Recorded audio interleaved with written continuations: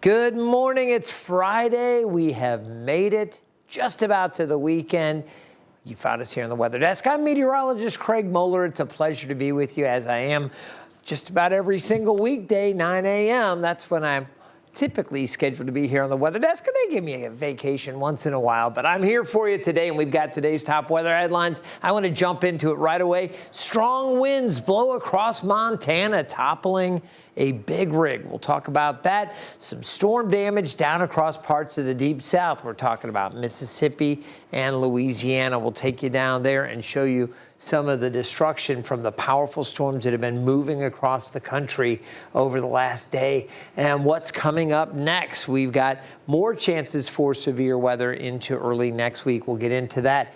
We're going to talk about the El Nino watch as we look forward to the summer and into the fall. Right now, the El Nino Southern Oscillation, one of the big global weather patterns that we track, it's in a neutral phase. We were in La Nina, now we're into El Nino, or into La Nada, meaning neutral, neither El Nino or La Nina. It looks like there's going to be potentially a pretty strong El Nino forming later this summer and into the fall. So we're going to talk about what that means to the Atlantic hurricane season. And honestly, it's not a bad thing. We actually tend to get a break during strong El Ninos. It leads to other problems around the country and other parts of the world, but that's one upside to the El Nino, the hurricane season in the Atlantic. We'll explain that. There is more heat and dry weather coming for the southwest U.S. We're going to talk about what they're finding at some of the beaches along the California coast, and we'll take you to Nevada, where some farmers are struggling. In addition, we've got some other pretty cool topics to discuss, including fog impacting the American Revolution, you know, the Revolutionary War. We've talked about this as this is the 250th anniversary of the founding of the United States, and we are going to feature throughout the year different stories how weather has impacted our nation's history. And we're going to talk about fog having a significant impact on one of the campaigns in the Revolutionary War. We're also going to have an update on the new date, the new launch time for Artemis II. Sending a crew of 4 to around the moon. They're going to send it to the far side of the moon. We'll talk about that new launch update and the timing on that. And then, as I mentioned, we do have a weather impact alert for Monday for Hampton roads, chances for strong to severe storms. Now, in the meantime, we're going to enjoy some really nice weather. I'm excited about that today and for the weekend. So there's a lot to break down, but we're going to start off identifying some parts of the country that are cleaning up today after severe weather left destruction in some locations. Let's start off up in Montana, and strong winds in Park County, Montana caused a dangerous situation on a stretch of Interstate 90. The sheriff's office says deputies and fire crews responded after a semi-truck was blown over. While crews were on scene, a second semi was blown over by the wind, landing on a deputy's vehicle. Look at that. Now, officials say the deputy was inside at the time, but only suffered minor injuries. Authorities say everyone involved is expected to be okay. Obviously, those winds start howling, and they've got wide open spaces where the winds can really pick up speed, and they blow, and obviously can be a great impact on travel along Interstate 90. All right, we're going to turn our attention down to the south, the Deep South. Here is Mississippi. You can see Louisiana here. Let's start off by taking a look at Jackson, Mississippi, in the southwest part of the state there. Southwest Mississippi Community College was damaged Wednesday night. This after strong winds from a storm toppled trees and down power lines. Crews are working to assess and clean up the damage there. The National Weather Service is still working to determine whether it was caused by high straight-line winds or potentially a tornado. The college posted on its Facebook page that all students and staff on campus are safe there, and that is always good news. All right, we're also working to learn more about this car that crashed in Jackson, Mississippi during the storm. You can see several downed trees in the area, even sticking out of the roof of the car. Look at that. All right, in addition to that, we're going to turn our attention to the southeast part of Louisiana. Here's Baton Rouge, New Orleans. We're going to take you to a little town here just off to the northeast of Baton Rouge, Roseland. So we'll go there because they got Around 6 tornadoes, at least 6, that swept through this region Wednesday night. Crews with the National Weather Service spent Thursday evening surveying the damage. Rob Masson spoke to residents, including one who was trapped inside her home due to a downed tree. I had a funny feeling when I came home last night about the tree. And when I parked, I was like, maybe I ought to pull up a little bit more. And I didn't. Had I done it, I may not have had any damage to the car at all, but who knows. High winds knocked down a tree which damaged Justin St. Mark's home Wednesday night. A problem tree also fell on Kenyatta Jackson's home on Range Road, trapping her inside her house for hours. God is good. No one is hurt. This is material. It can be replaced.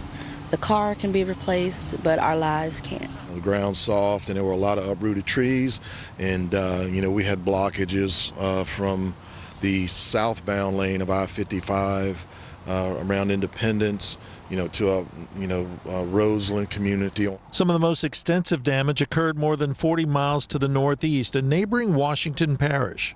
We'll just take it day by day. High winds ripped the roof off of Margie's Florist, a 6,000 square foot flower shop that's been a fixture in Franklinton for 50 years. It was started by Michelle Crawford's grandmother. She started it 50 years ago, and about 3 years ago she was just ready to retire, and so here I am. Though the winds ripped the roof off, Crawford still has inventory to work with and says she'll still be able to provide flowers for a wedding this weekend. But the long-term future of her shop will be determined by her insurance company. Rain damage, water, wind damage, just stuff is broken, so it's a lot. Now, officials say the tornado count in the region may actually be higher depending on the survey results. There were a lot of cells moving through. Sometimes it's just gusty winds, but sometimes there are confirmed tornadoes. We'll keep an eye down there to that. All right, let's expand the view as we turn our attention to the Pacific waters. And typically, when I start talking about water temperatures off the coast of South America, specifically Peru, we're talking about the El Nino Southern Oscillation, or the ENSO. Now, the National Oceanic and Atmospheric Administration is suggesting that El Nino may return later this year. In a forecast release yesterday, NOAA issued an El Nino watch saying conditions are favorable for the climate pattern to develop within the next 6 months. Forecasters expect it could emerge sometime between June and August and last through the end of the year. Now, El Ninos occur when unusually warm ocean water temperatures spread across the tropical Pacific and the winds shift and the weather patterns are affected around the globe. Could have a significant impact on winter weather, and we're going to talk about the impacts on the hurricane season as we go along. Again, we'll have to see, but it may also make the 2026 or 2027, this time period from late this year into early next year, perhaps one of the warmest years on record. We shall see. I want to take a look at this and give you a little more information on the El Nino. Now, we take a look at the sea surface temperatures, all right? And when there's an abnormal warming of sea surface temperatures off the coast of Peru here in South America, this region right in here, we have what is known as an El Nino.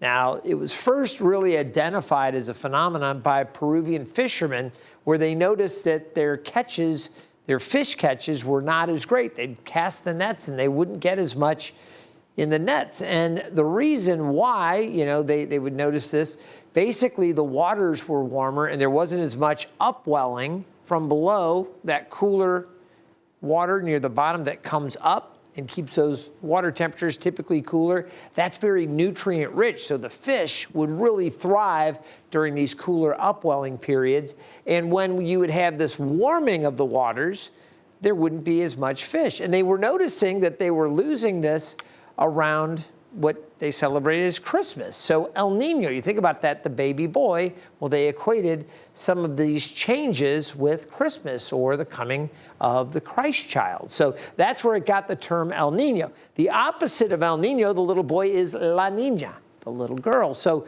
opposite of that warming when it's abnormally cold, those are La Nina years. So we have this oscillation between El Nino and La Nina, the baby boy and the baby girl, and there's that neutral phase, which we refer to as La Nada. That's where we are right now. It is very likely, as NOAA is predicting, there's a 62% chance that we're going to go into an El Nino, and it looks like it could be a pretty strong one later this summer. With warm and wet conditions in this part of the Pacific, you would see maybe some more tropical activity out there in the eastern Pacific, but less hurricane development here in the Atlantic Basin, and I want to talk to you about why that's the case. This is just one of the patterns. There are other patterns and impacts across the United States and around the rest of the Pacific, but I want to focus on less hurricanes for the Atlantic.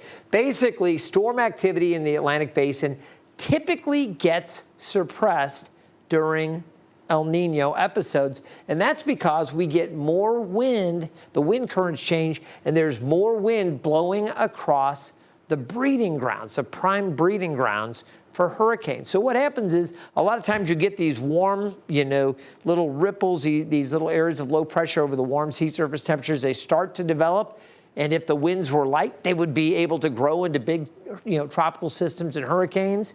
But in this case, the winds blow them apart.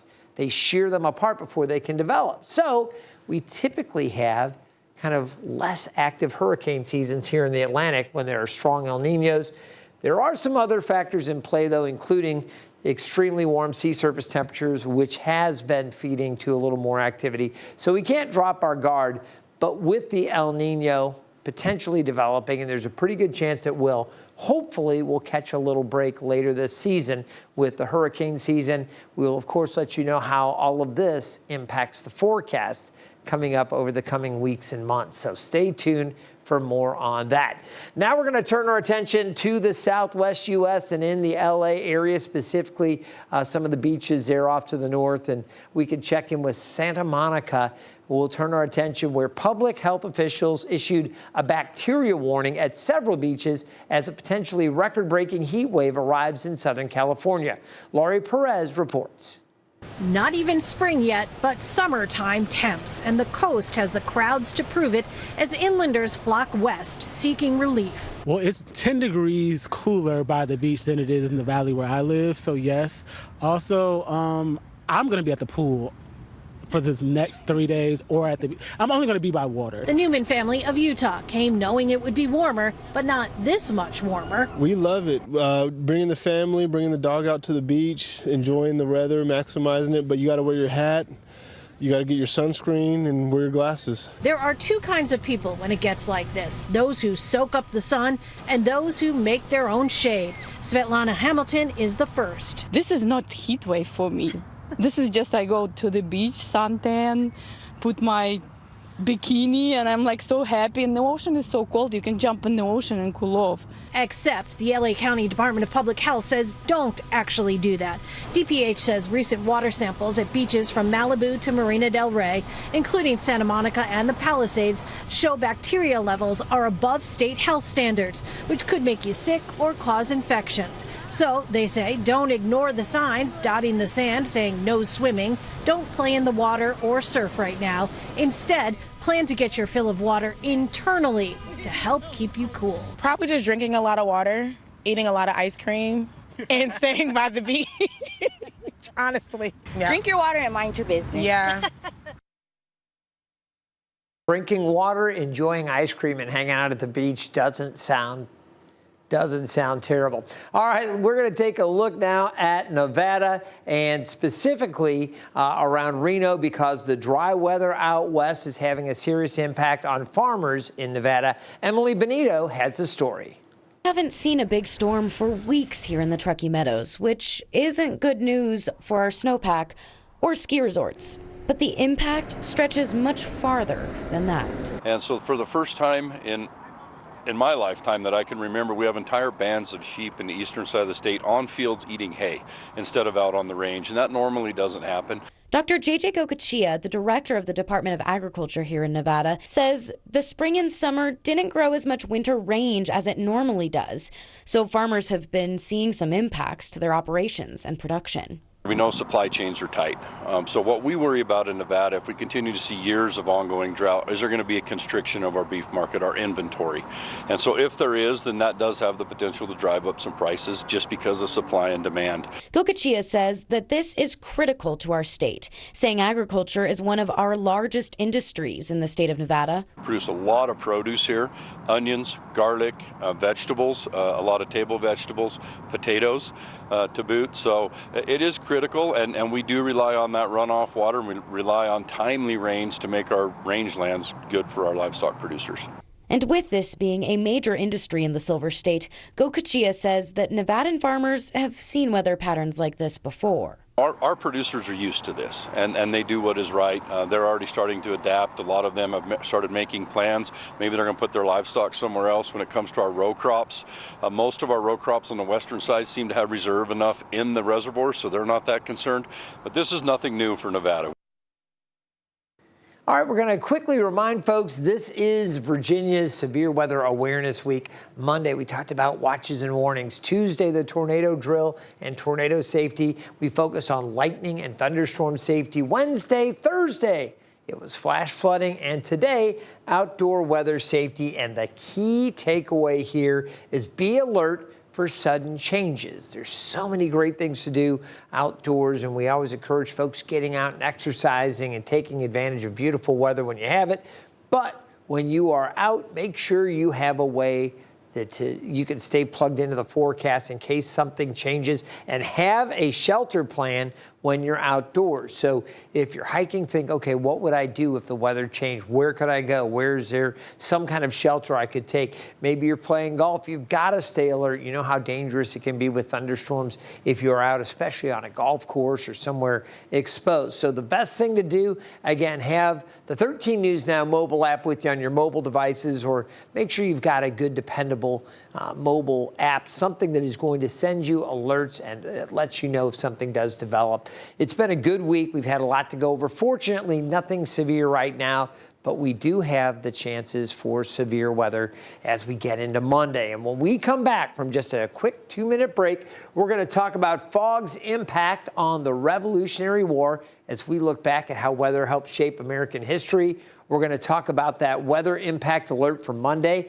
the potential for strong to severe storms here in Hampton Roads, maybe isolated tornadoes. So we'll get into that. And we've got some other things to talk about as well, including the launch update for the Artemis II mission. We'll tell you when they're hoping to launch that rocket. Stay tuned.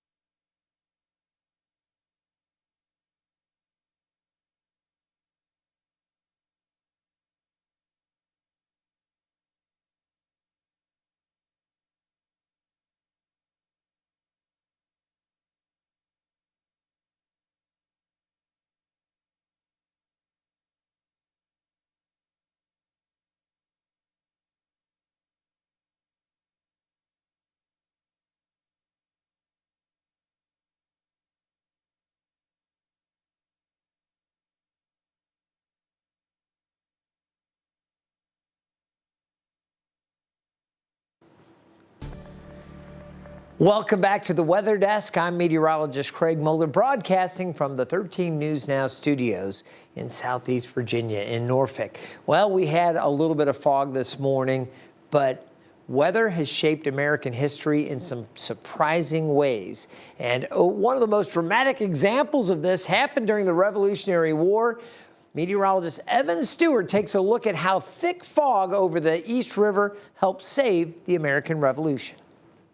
Weather has changed the course of American history more than once, and one of the most dramatic examples happened in August 1776 during the Revolutionary War. Now, after the Battle of Long Island, George Washington and nearly 9,000 Continental soldiers were trapped at Brooklyn Heights, and a powerful British army was closing in. And Washington knew that if the British attacked the next morning, the American army could be destroyed. So that night, under darkness, he ordered a desperate evacuation across the East River to Manhattan. Small boats ferried soldiers, horses, and artillery through the night. But by sunrise, thousands of troops were still waiting to escape. Then the weather stepped in. A thick fog rolled in over the river, hiding the remaining American forces from the British troops just a short distance away. And under that natural cover, the evacuation continued into the morning. By the time the fog lifted, Washington's entire army had slipped away. And that escape preserved the Continental Army and kept the American Revolution alive. A reminder that sometimes the most powerful force in history is the weather. Some really good stuff there. I love, and I know Evan has been enjoying kind of researching some of these significant weather impact or weather events that have impacted the history of our country. Again, celebrating 250 years. We look forward to hearing more of these types of stories from Evan over the coming months.